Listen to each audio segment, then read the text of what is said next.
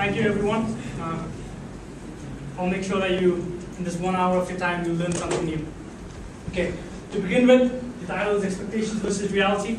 And my name is Darshan Jain. I've completed my sophomore year, second year of my undergraduate education at the College of Idaho. So this is the state's map, as you can see right there. And we go there. That's the state of Idaho. It's close to Washington, Oregon right there. Now, the College of Idaho is a private liberal arts college. And since I'm the first speaker, I'm going to give you an organization of how the presentation is going to look like. Okay? So, the first, we're going to talk about expectations and reality for about 10 minutes. It's the key topic. So, you guys need to listen close. And then we're going to share our personal experiences, how our life was in these 2 years. Okay? And so, coming back to the thing, at the end you'll realize that, friends from the same batch who went to US together came across like diverse lifestyle and custom. What we experienced was not like very diverse in a way. And I hope you find that, and it'll inspire you because we will show you the reality and then we'll inspire you to go forward for that. Hi everyone, my name is Shrijit Koirala, and it's really good to be back in USEF. And I'm currently a sophomore. I currently completed my sophomore year, and I'm a rising junior. I'm studying in St. State University in Minnesota. And then, apart from studies in the US, there are lots of things to do. And likewise, I'm acting on different clubs and activities. I worked as vice president and treasurer of the Student Association for about 1.5 years. And then I'm also working on campus as a lab consultant. So it has been a really wonderful experience.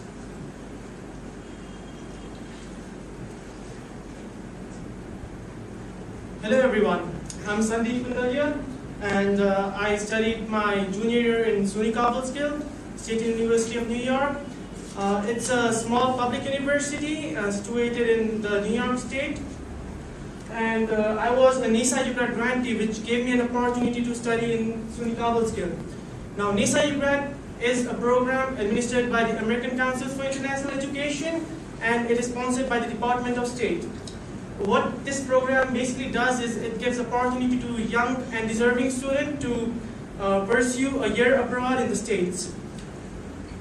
And my major is business. I've completed a lot of courses in business major.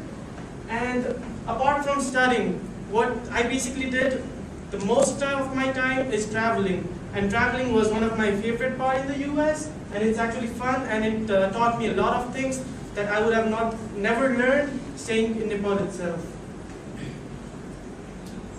Okay, so now we're going to talk about the real topic about expectations versus reality. So think about it this way. You all got your visa here, and you're all excited to go to the United States, right? So it's really good, and we were actually very lucky that we got the Get Inspired series, Culture Shock series, and pre-departure orientation here at USEF. So we were kind of prepared that, okay, this is what the US is going to look like, I guess, right? And people are quite different there. If you think about it, with all the systems they use, we use kilometer, they use miles, we use kg, they use pounds. You'll get used to it, We drive on the left-hand side. The first time I actually I landed at the airport, and I went, and the driver says, "Hey, do you want to drive?" No, I don't want to drive. So it's on the left-hand side. So you need to be careful with things, but it'll be a lot of fun. But the stage that we came across that I thought was quite a shock to us was expectations versus reality. So what are your expectations of US to be? First, when I was accepted as NISA grantee and I was placed in SUNY Cobblestone, I was very happy I'm going to New York State. My expectations were huge, really huge. And then I'm going to show you some pictures that I imagined in my mind, and I was thinking about it day and night. Clear streets, technology, huge skyscrapers, lighting, glamour. The New York, all the billboards and lots of people, diverse culture. Rodeo Drive, California. Tall skyscrapers and building of glasses. Tall skyscrapers again.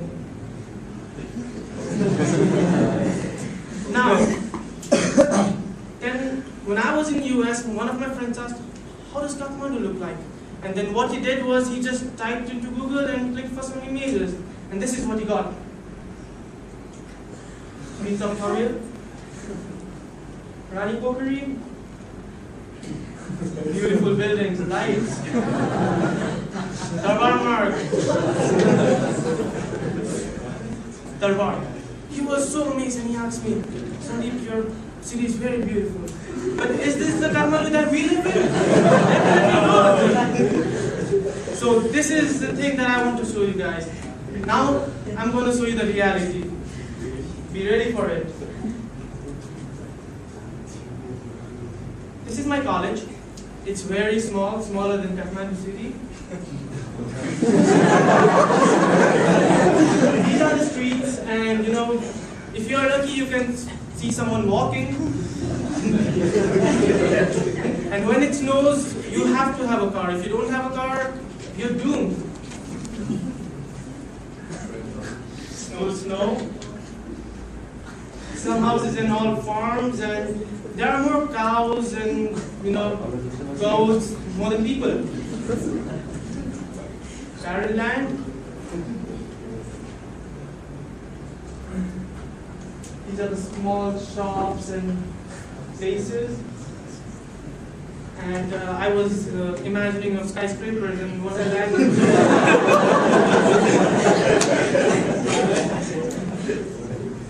This exists in the US. So, thanks, Sandeep. So what we're talking about is that's what we came across, right? We're expecting skyscrapers and Times Square and everything else when we were to visit US, but what we wanted to share was don't judge the US or places with the images from the movies and shows crap in your mind. I know you see all these Hollywood movies and this things happening. Don't judge the entire US with those movies. That's the mistake we did. It is definitely there. It is definitely there, but just a small part of it. We don't want to get your hopes down, but little knowledge can be a dangerous thing. Okay? So now we've shown you the reality, and now we hope to inspire you by clearing out the misconceptions you have about student life in the US. Okay? We begin with our personal experience. Shrijit will be here to share with us.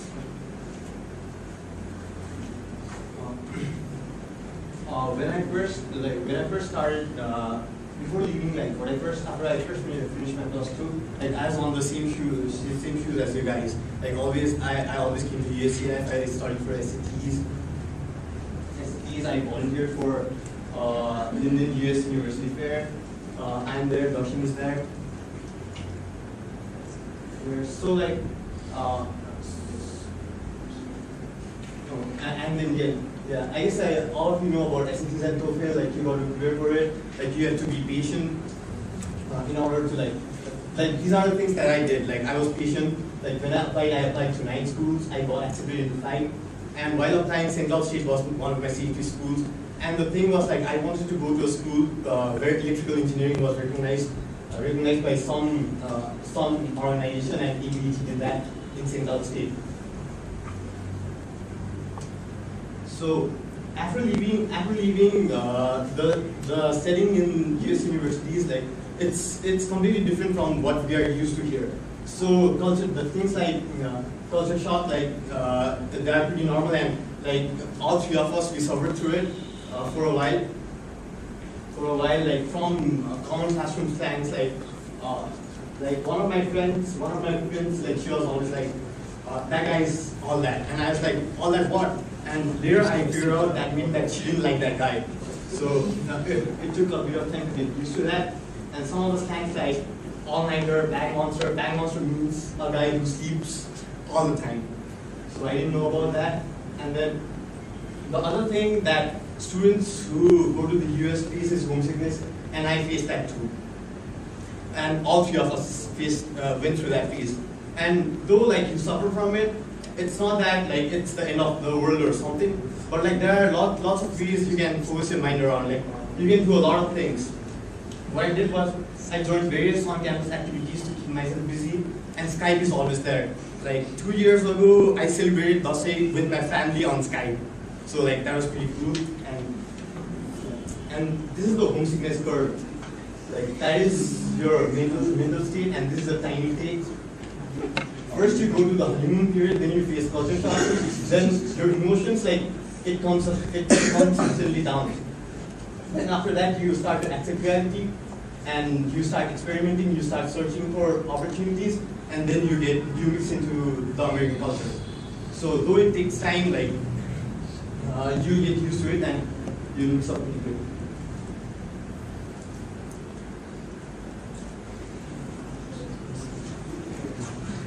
Also, so apart from studies, like what did I do in the US? Like I work as a lab consultant in the university library. I worked as I already told earlier, I work for NSA as Vice President and Treasurer, and any email you shoot to the Students Association of SDSU, I'll be notified about it. So if you just want to contact me. And also, like I was a member of the Paranormal Society and SDSU Skydiving Club. So it's been 2 years in the US, and after every year, like I ask myself the question, what have I achieved? Like what did I learn in the past years that I've spent there? So like these are some of the things. Like first, when I went to the US, the first, I guess it was one of the first 5 emails that I got an email from the University Honors Program saying that they wanted to take me in the University Honors Program, and I was pretty excited about it. And through the honors program, like I have completed 2 different research projects. One was a university honors project based on chemical weapons fusion wars, and the other was a road project. And like these were the participants that were assigned to, and this was the robot that the 3 of us came up with. I mean, like 2 other friends who studied in the same university. So other things that I did was like. Other things that I feel I've achieved is that I got promotion in my work, and I'm working as a lead lab consultant. And what that does is like that has given me an insight of what the professional setting in the United States looks like. Like I've done some crazy creative stuff with some of my American friends, and this was the snow swimming pool that we came up with in Minnesota. In Minnesota, like it snows a lot, and some of my friends were like, let's make a snowman, and I was like, let's do something different. Then I showed them the pictures of swimming pool and asked them, should we try it? And they were like, come on, and this is what we came up with.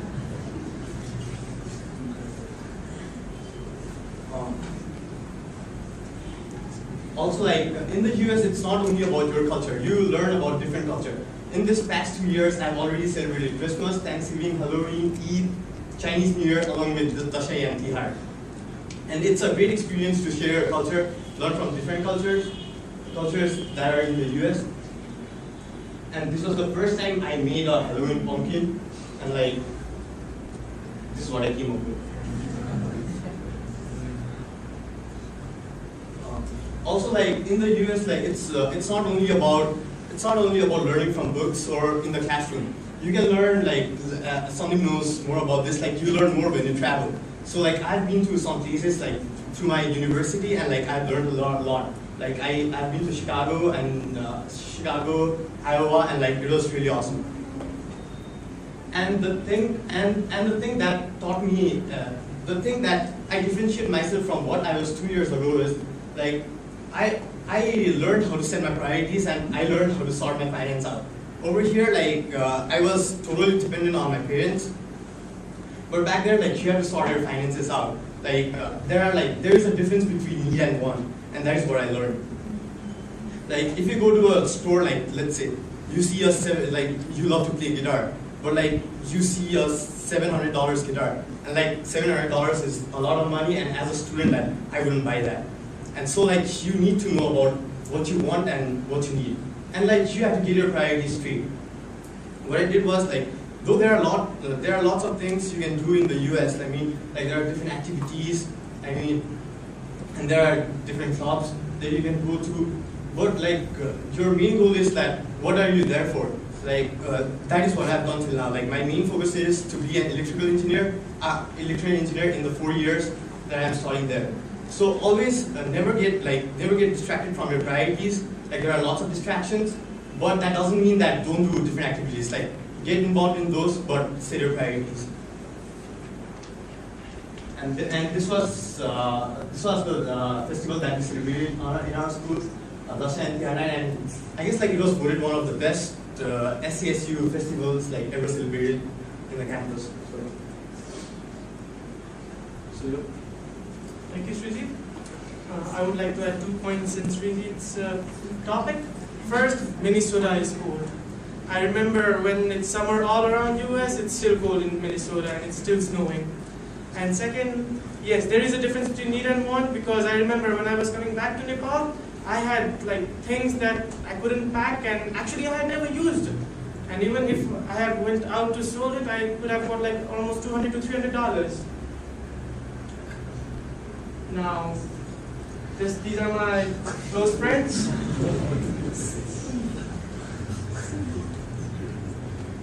This is the reality. I was in SIU grantee, and I was happy to go to the US at first until I knew that I'm going to land in a place where it's difficult to find people walking in the streets. This is my college SUNY Kabul skill. These are the places that I've shown you before.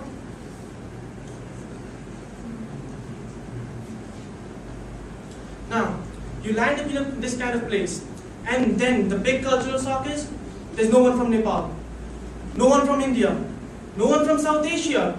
You're only the one from this part of the world. No one speaks your language. No one eats your food. And then you go to the mess, and you realize, okay, you're a vegetarian, now what do you eat? It's really hard for a vegetarian person to land in such a place with people that you don't belong with. It was the reality that first I faced, but then I realized I was so wrong at last. I'm going to tell you this story later on. Then I went to my student advisor and I asked. As Shrijit and Darshan said, you have to ask, you have to research. I did that and I got out of all of my problems. Now came the process of homesickness that Shrijit talked about. I was homesick, I couldn't talk for days because there was no live person to talk with. Because I was a little bit weak in English, and now I'm being correct. So what I did was I distracted my mind. Distraction in good places.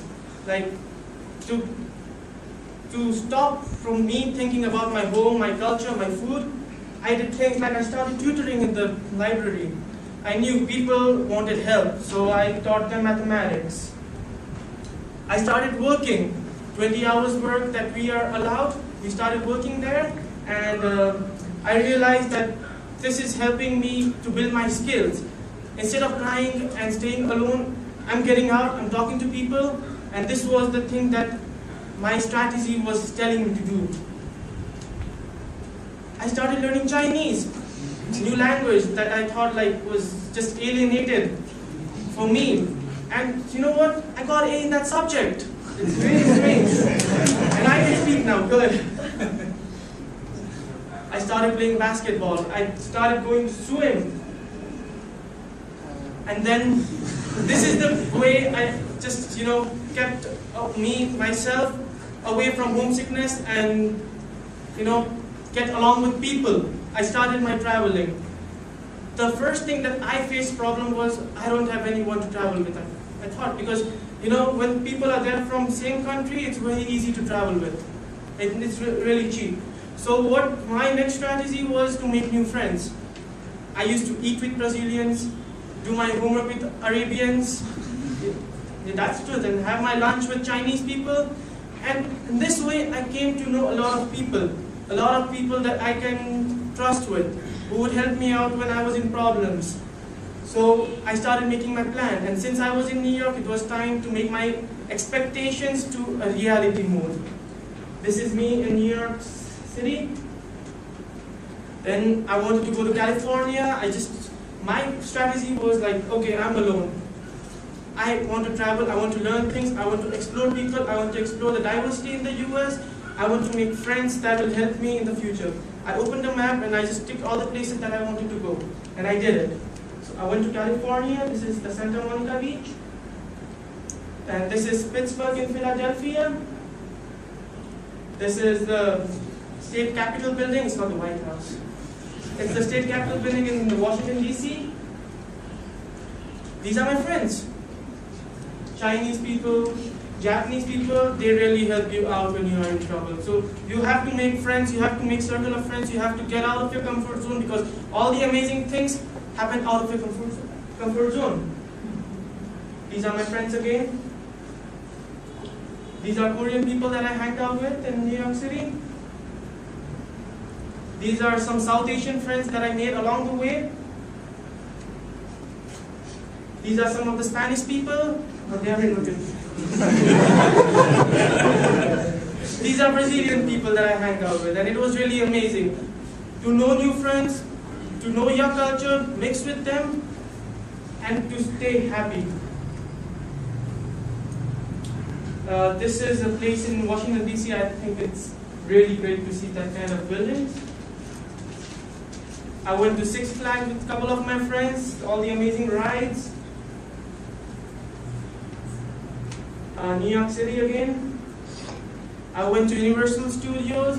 And one thing I want to mention is when you have friends, it's really easy, because one of my Chinese friends had their room in California and they let me stay with them. And it saved me a lot of, it removed my financial burden, and I got company to roam around with. This is in Chicago. It's me in Chicago again, it's really cold. This is the Santa Monica Beach. This is Santa Monica Beach again. This is Los Angeles, the Collect Theater. And this is the snow.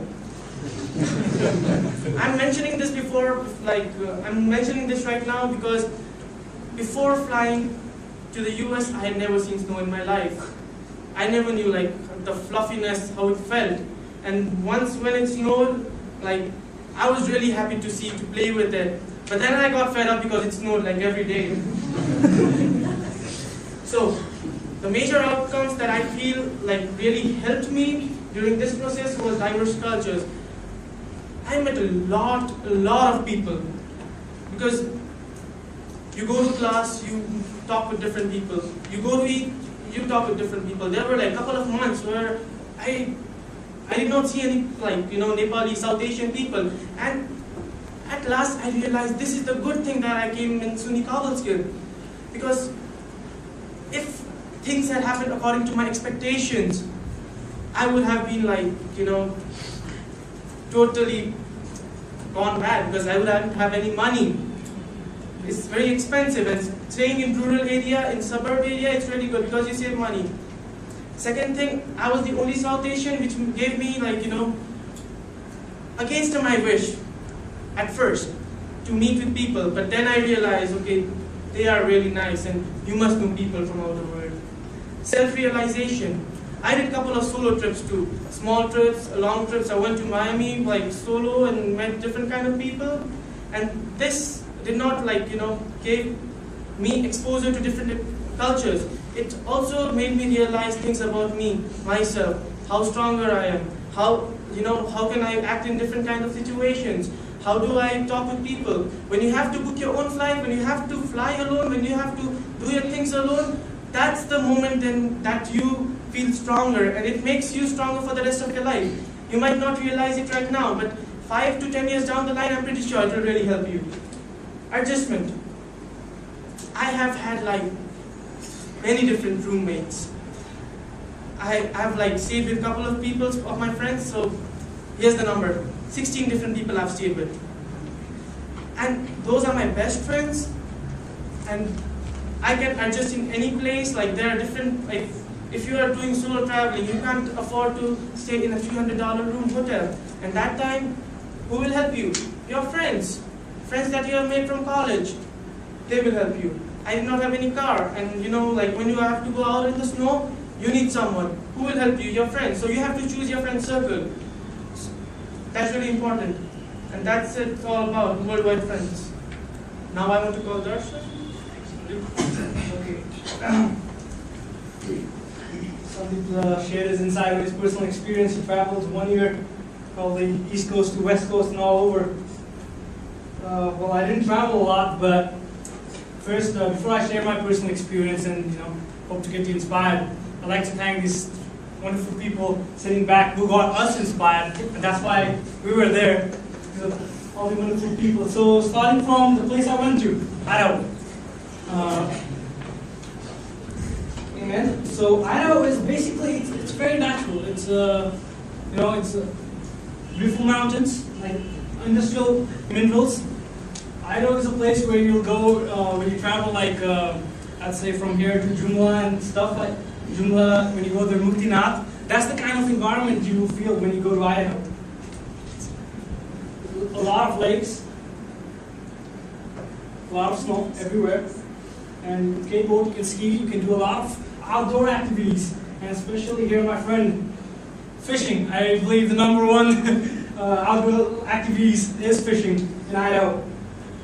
So it was a great state. Idaho is a great state for those people. I just gave you a quick overview of how it's going to look like.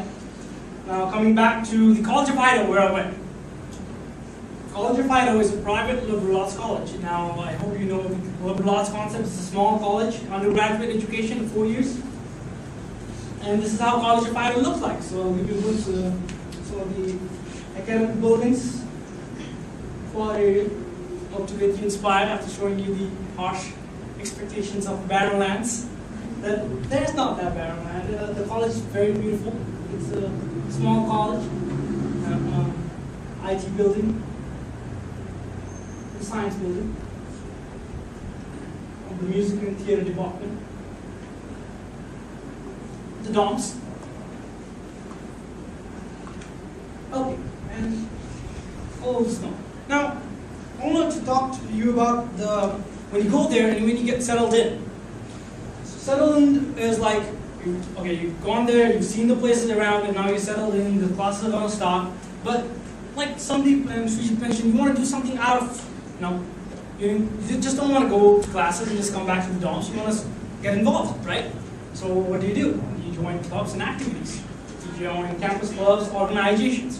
So I was very excited about all this. So I joined about half of the clubs on campus.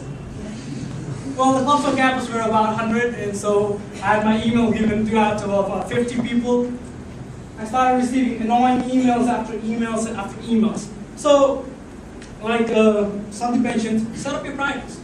Know what you want to do. Like I got involved in everything. I went for the meetings, and then I thought, okay, this is what interests me the most. So I went there. So some of the activities, I'd like to share some of the campus and club activities that I did to get myself involved apart from academics. So the College of Idaho speech and debate, and I received scholarship for it. Actually, you would think that just going to some club and activities, what's the real benefit? Well, you're learning a whole lot, and you travel a whole lot with speech and debate, and you get scholarship.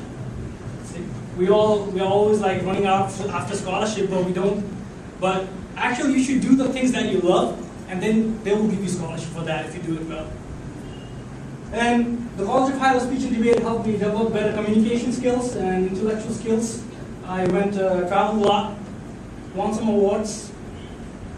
And the environmental club. The environmental club is always there on campus, so get involved. Host do some environmental creative things. Host some we host an open mic night. What it basically is we don't use electricity, and we try to get people gathered around. We have like dishes that are recycled and everything else. Hoping to go more environmental. I was doing the Circle K Club community service, direct leaves around backyards of people who cannot correct themselves. So it's a kind of good feeling, You do your academics till Friday, you get really exhausted. Do some activities like this. Go out, help old people, or help someone else, and get involved. Actually, you'll feel really great about it. Well, it's the food bank that I got involved with. What we did is twice a week we packed dinner from the dining hall that was left over. When you realize that so much food has been thrown out, you packed food for the people and families in need, and we just went out there and distributed it. And it's all the fun stuff, right? You hang out with friends and all the good stuff. So that's one of the key part about US education.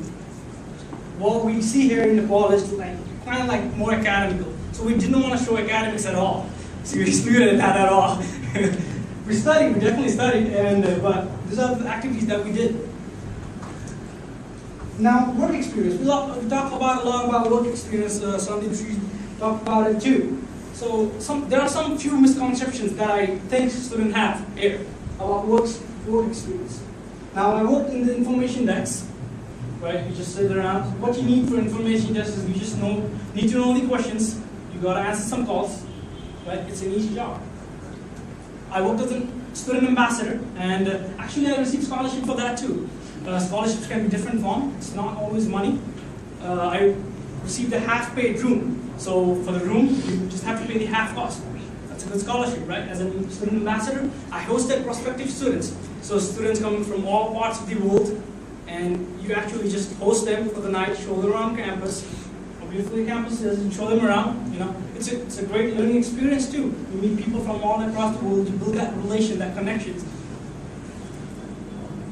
Now, work is not difficult if you choose it right. Now, this is the misconception that I think most of the students here have is like, they're like, oh my God, man, student life in the US is so difficult. People work, they study, they have to get involved in everything. How am I supposed to get it? Do everything? Well, it's the work you choose. If you you gotta have patience when you're applying for work, and I'll show you more how to apply for more and how to get those jobs and works, right? But work is not difficult if you choose it right. If you go to the maintenance, you will get tired at the end of the day. It's natural, but you should be smart like Shrijit, who's working at the library, right? See? You need to be smart like Shrijit right here. And talking about more internships and studies, what I'm going to talk about is how to gain those internships. How to, well, you kind of have a lot of opportunities there, but kind of give you an overview from here, like how to grab those, how to get those jobs rather than working, hardship. First of all, please ask. A lot of people. This is what the Nepali ideology is. I'll show you, and it's true. When everything else fails, we read the instructions. And if you do that, this is what you're gonna have for dinner. A bird pizza. So read the instructions before using it. It's very, very important. Once you go out in the US and you get out a pizza, you put it in the oven, 400 degrees Celsius, and leave it for 30 minutes, that's what you're gonna end up with. You gotta read the instructions, what you gotta do. You're gonna ask. Don't hesitate to ask. It's very important.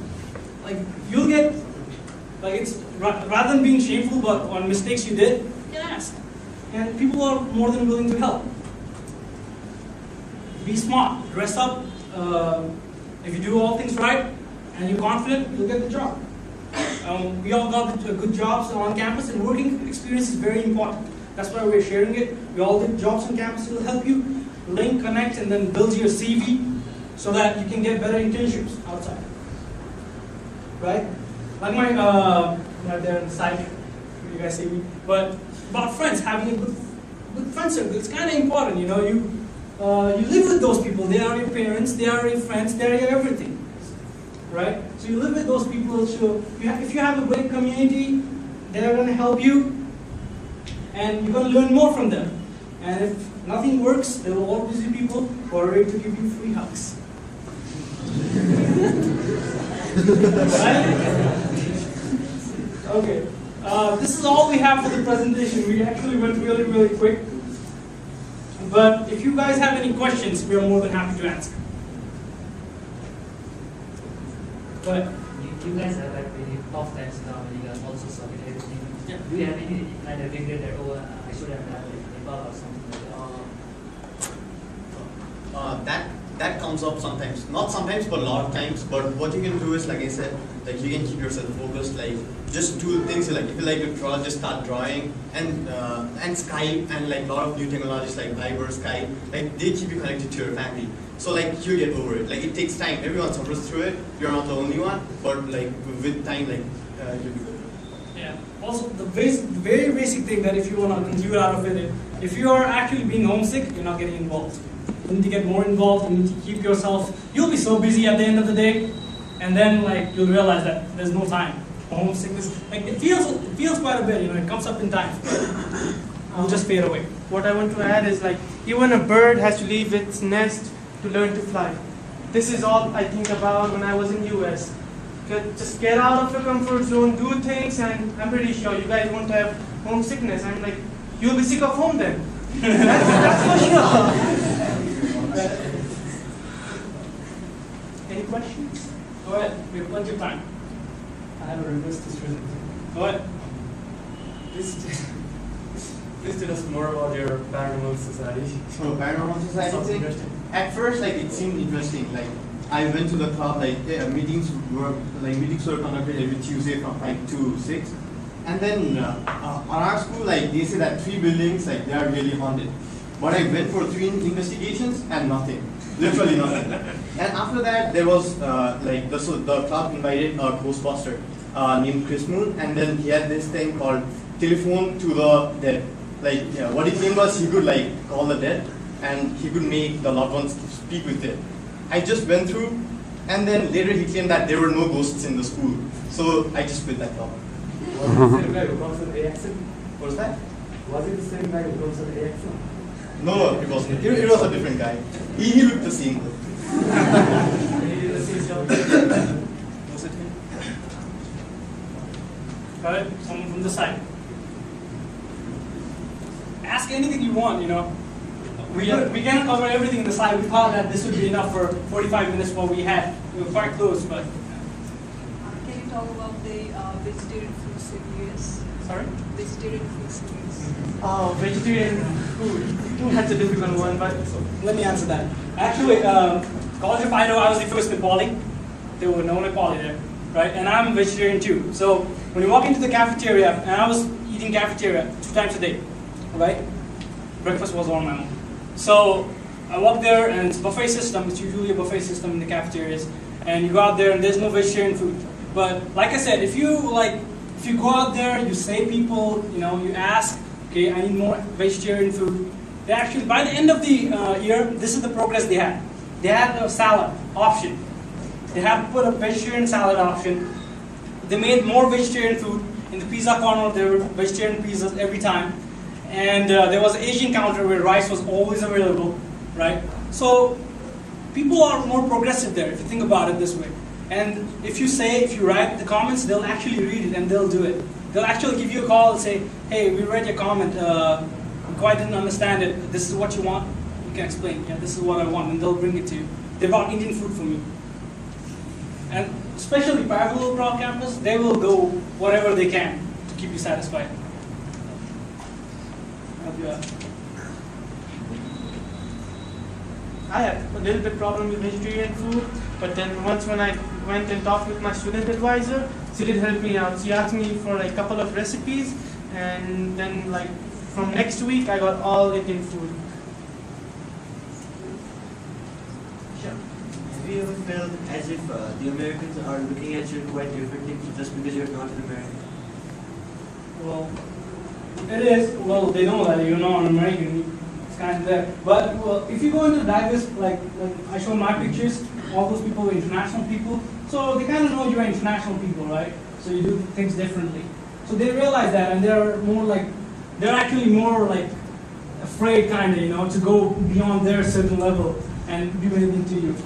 Well, there are a lot of Spanish people that look brown, and sometimes people just come to me and they start talking in Spanish, and I'm like, don't know how to español, you know, Spanish.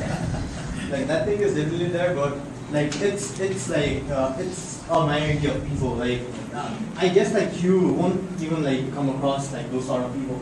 So but like the thing is, what you can do is like you can make your own friend circles from your classroom and everything, and that is what all 3 of us did. Everything was mixed up.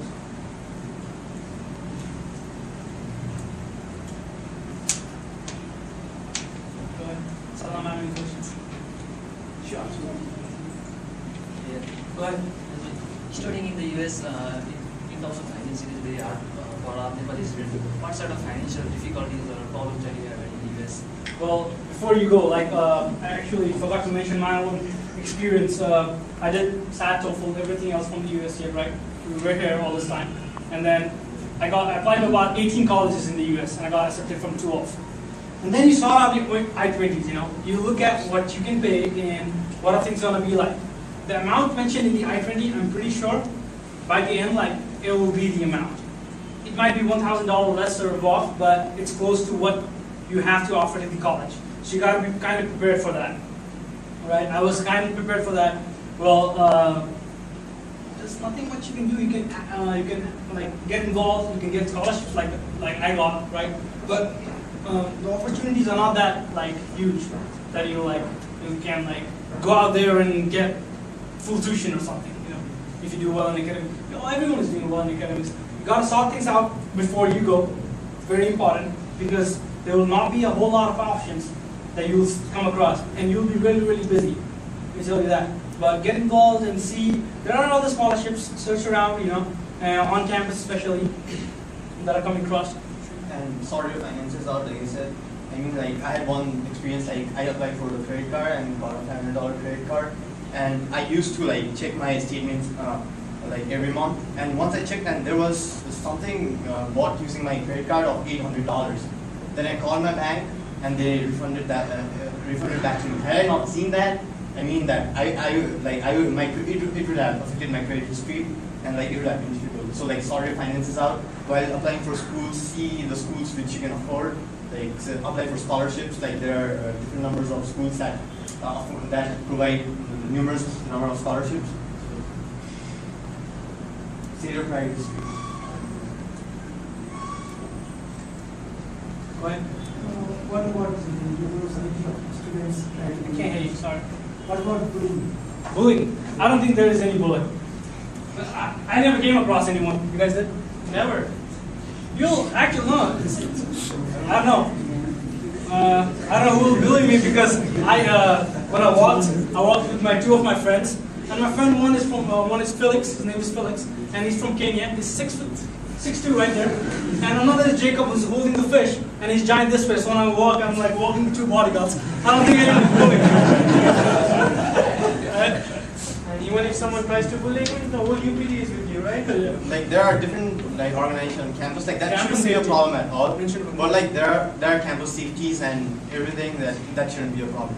You need any help on campus? Call campus safety. Right. Yeah, you need to get into any building, 2 o'clock at the night to print something up, call campus safety.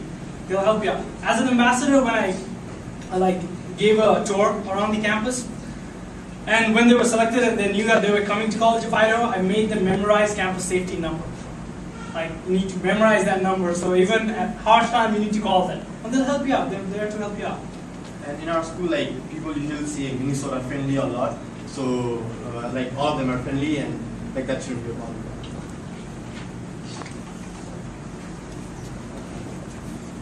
They talk about getting internship in some. Yeah, actually, it's been 2 years I came back. So last summer, I got an internship. What I did was, it's programming. It's web work programming. It's basically a Perl-based source that you write codes and you develop online math programs. That students, like, if you're taking a Calculus 1 class, your homework will be online, right? So I developed online math problems for mathematics for elementary teachers. It's a small course, right? It's a basic course, but I developed programs for problems, online programs for that. And this is how I got that internship. Well, I just went to my professor in the computer science department and told him I had nothing to do for the summer. The next day, he came up with that internship.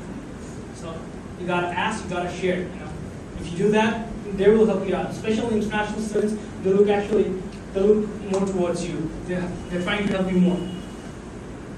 Just have a good relationship with the Yeah. advisor. Definitely. I got my internship with the help of my professor. I went to the professor and I said, like, okay, I need an internship. I need to do something. I need to learn something new. And the professor helped me out. She recommended me and I got an internship. Recommendations are really helpful. Like in the US education system, you must have a really nice relationship with the professor. You must say all the difficulties that you are facing, and you must also say all the things that you like about the class. And the professor will get to know you closely and they will really help you out.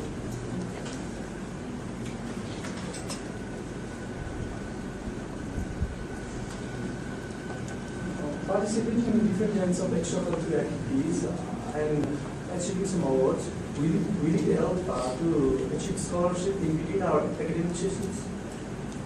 Okay. Oh, with the, it's kind of different, you know. Academic scholarship is kind of different. Extracurricular activities is quite different. If you play sports, if you're good at sports, you get that sports scholarship.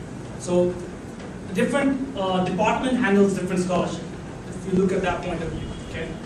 And so when you said how you apply for the scholarships, those scholarships, well, you just came. Well, I just came across it. Like I was interested in speech and debate. I went for it, right? And they were like, "Oh, you're good at this. Just give you some scholarships, so I'll do more. I'll get involved more." And this is how they try to promote you too. I was good ambassador. I didn't receive that ambassador scholarship just right away. I went there. I acted as it's a totally voluntary. Student ambassador is it's voluntary work. So I went there. I did good work. A lot of people said good things about me. That I was doing my job well. So I got promoted to being a host. So you get involved and then you seek for the opportunities. They come by and then you try to grab it.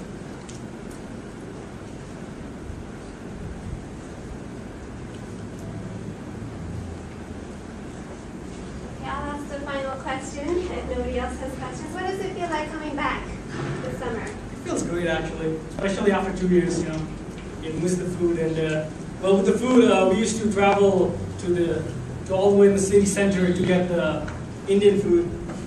And it was quite a travel, just to get the Indian food. But with food, family, we miss the family, so it's a great experience. It feels really good to be back because you can mix with that culture, but you can't forget your culture. It's your culture, and no matter you have lived like 2 years in USA, but you have lived like 20 years in Nepal, you can't forget it. It's your life that you have to live. And then what you can see is like how far you have come. Like what have you learned in the US? Like after you've been there. So yeah, when you come back in the US, you realize how much you've developed because you have been developing, right? But you don't see it yourself. Someone else has to kind of show you that okay, you have kind of developed. And also the development that is out there, like it sort of inspires you, like it makes you feel like wish Nepal was like wish we could do this, we could do same in Nepal, like that sort of feeling comes. Yeah, that inspiration. Thank you all.